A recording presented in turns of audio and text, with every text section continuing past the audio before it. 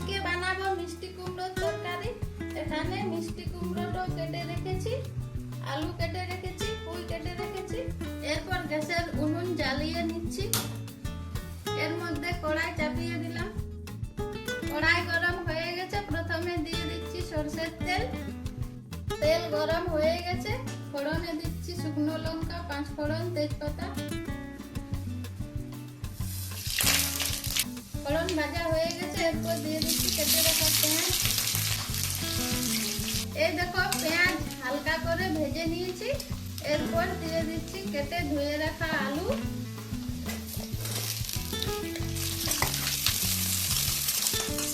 আলুগুলো কিছুক্ষণ ভেজে নেব। পরিমাণ মতো নুন দিচ্ছি। আলুগুলো ভালোভাবে ভাজা হয়ে গেছে। এরপর দিয়ে দিচ্ছি আদা, রসুন, শুকনো লঙ্কা একসাথে বেটে নিয়েছি। আদা রসুনটা একটু নেড়ে চেড়ে ভেজে নেব।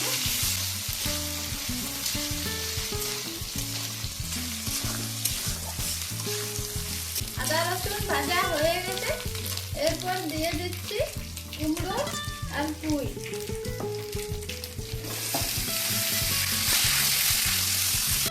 আগে থেকে নুন দেওয়া আছে, তাই আর নুন দেবো না। এরপর হালকা আঁচে ঢাকা দিয়ে দিয়ে ভেজে নেব। A few moments later. এরপর ঢাকাটা উঠিয়ে নিচ্ছি। আবার একটু নেড়ে চেড়ে আবার ঢাকা দিয়ে দেব। A few moments later. এরপর ঢাকাটা উঠিয়ে নিচ্ছি। এই দেখো কুমড়ো আর পুঁই, আলু সবগুলো কিন্তু হাফ সেদ্ধ হয়ে গেছে।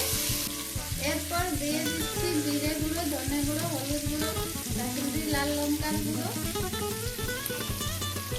এরপর মশলা দিয়ে একটুক্ষণ নেড়ে চেড়ে ভেজে নেব।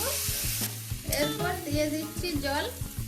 জল কিন্তু অল্প পরিমাণ দেব, আগে থেকে কুমড়ো আলু সব অর্ধেক সিদ্ধ হয়ে গেছে।